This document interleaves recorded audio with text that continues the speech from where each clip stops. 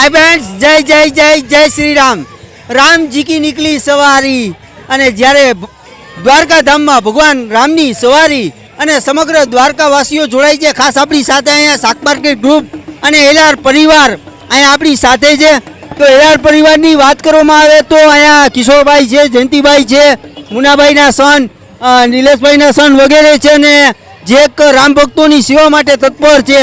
એક 108 દીવાની આરતી અને ઠંડા પીણા તથા આઈસ્ક્રીમની વ્યવસ્થા પરિવાર દ્વારા શાક માર્કેટ ગ્રુપમાં ચોકમાં કરવામાં આવી છે બધા રામ ભક્તો માટે। તો જયંતિભાઈ, જે અનેક સેવાઓ જે એલઆર પરિવારની રહે છે અને ખાસ જે આજની ઉજવણી, શું કહેશો આપ?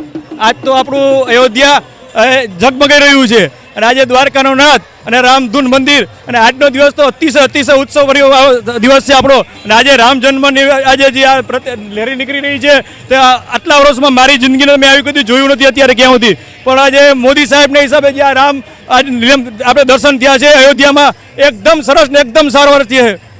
એલઆર પરિવાર દ્વારા હરેક કાર્યક્રમમાં કંઈ ને કંઈ એક લોકો માટે પ્રસાદી રૂપે કંઈ ને કંઈ સેવા આપવામાં આવતી હોય છે, શું કહેશો બાબત? એ ઠાકોરજીની મહેરબાની છે, ભગવાનની મહેરબાની છે, દ્વારકાધીશની મહેરબાની છે। આપણે બધા કાર્યોમાં ભાગ લઈ રહ્યા છીએ।